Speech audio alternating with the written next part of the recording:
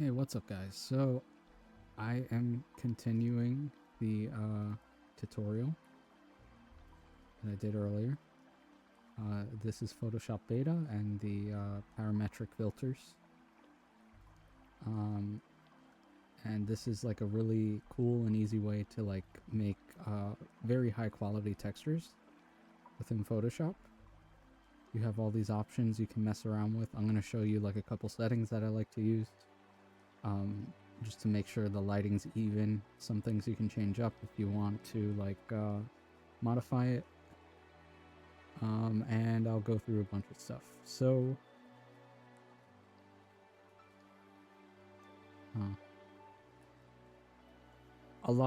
actually every single texture is going to have like options like this that you can customize.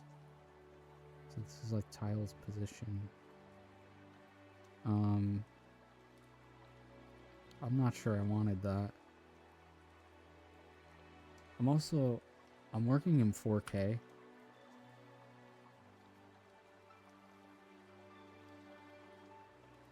I think what I'm gonna do for this video is just drop the res so I'm not spending so much time rendering, because this isn't pre-recorded or anything, so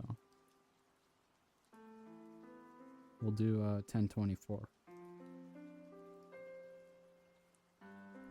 For resolution here, I have it on ultra, but one thing to keep in mind, especially if you're making like retro textures, you don't necessarily need ultra.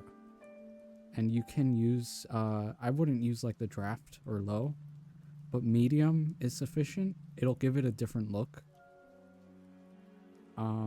You won't be able to tell that it's lower res once you go into like the 512 range. It'll just look differently. So I'll show you that here. You know, I can do medium, and high would be like an in-between of the two. It comes out grainy because I have the preview quality low. I have it at draft, so it has like this grainy appearance to it. You can move that to high for a better preview, or if you want the highest, you click render. And you know, it looks okay. It's a little different from the ultra, as you'll see here. Not necessarily worse though. And that'll be for a lot of textures that you mess around with. So, you know, you can always try different options, things like that. I'm gonna keep it ultra just for this purpose here. You have lighting options. If your texture is colored and you're working within like here to customize the colors, I recommend just doing white, because these two will conflict with each other. I can show you like if I do like red lighting or something, it kind of just globally applies the red. You can also just edit this like post-process and you know, make your own colors.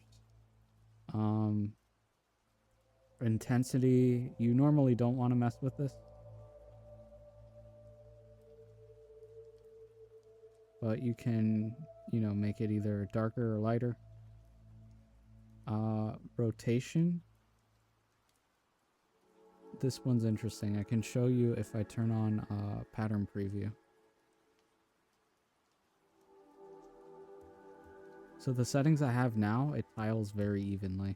You know, this is great lighting for it. Another, like an alternate version I like to do is directly overhead.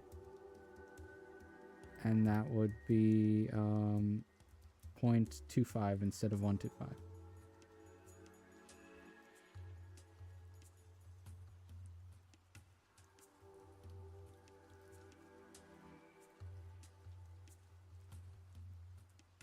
So just give it time to render. And see, it's a little bit of a different look. I think I'm going to go with the other way, but this is just to like showcase some things, because another option you have is field of view. If you want an even tile, use the lowest, use 15. But you can get a different look if you raise it, and I can show you here.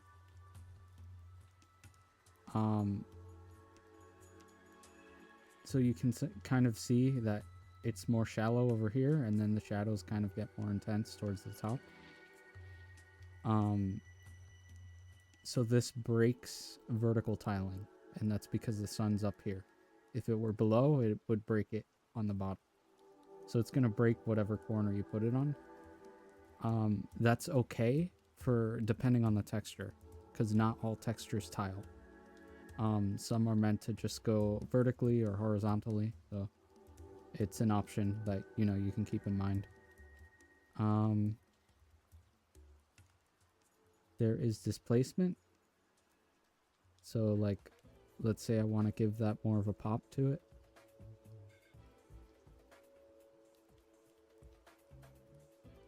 Now it has a very like 3D look to it. If you pump this up too high, it can break the tiling. I don't believe it is right now. It is slightly. You can see it here.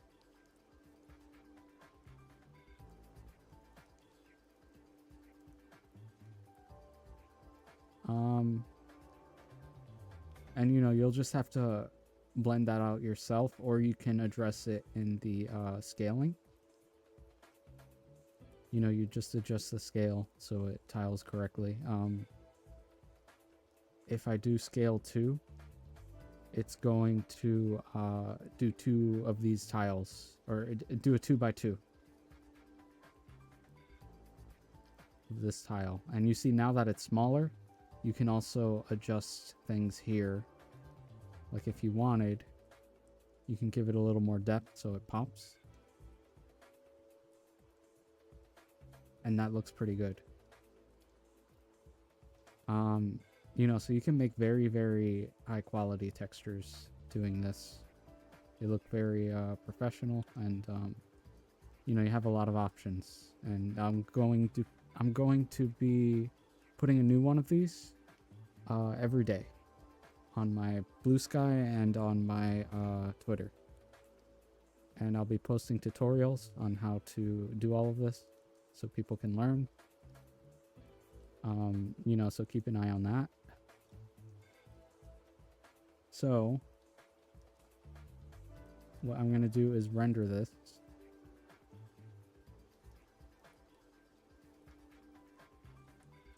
And I'm going to show you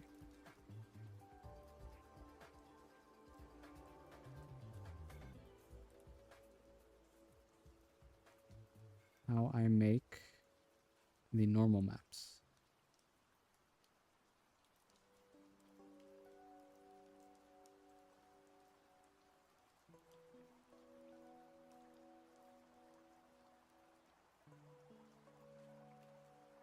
So I'm just going to copy that, paste it from the clipboard here.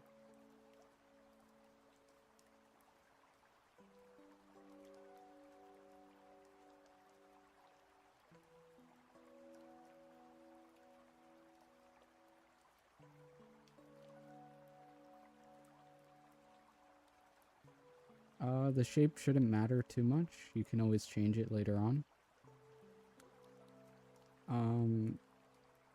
What you do want to bring up is the preview. That's not it.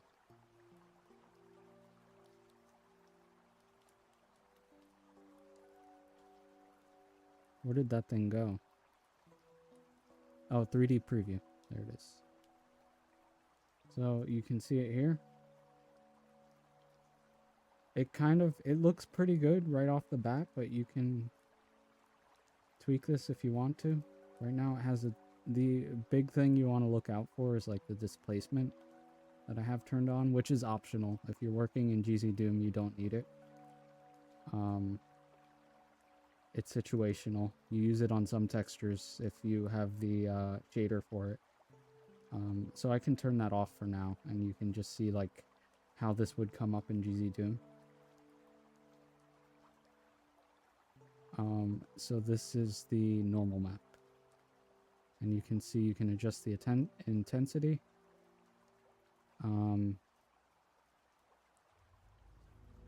I typically don't really need to go above 50, usually. Sometimes I'll tone it down a little. You have the shape recognition that it's really hard for me to describe, honestly. You just have to tweak it yourself and you'll get a feel for how it works. And you can also invert it, so play around with some settings and try to figure out a good look for it. What I like to do if I really want like details to pop,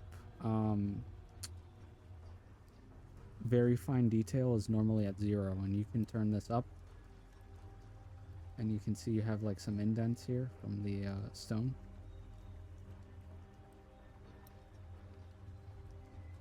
So just a little bit of that.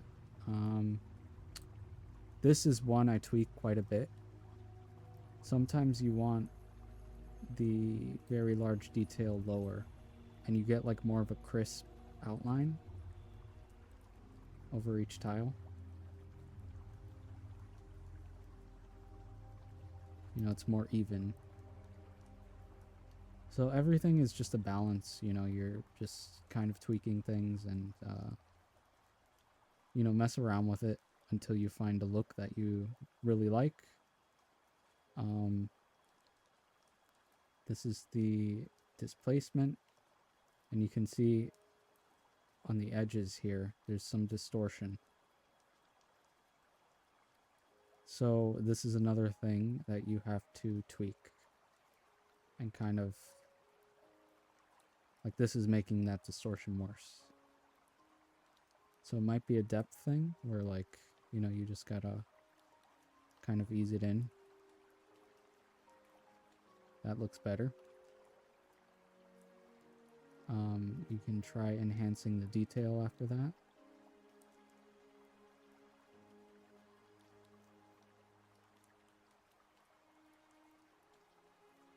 That's pretty good. I like that. Looks very nice. And then when you're done, one thing you want to do, GZ Doom, is it does this inverted.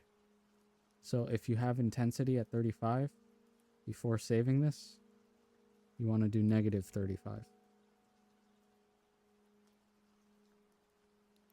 And it'll look wrong here, but it's correct in GZ Doom.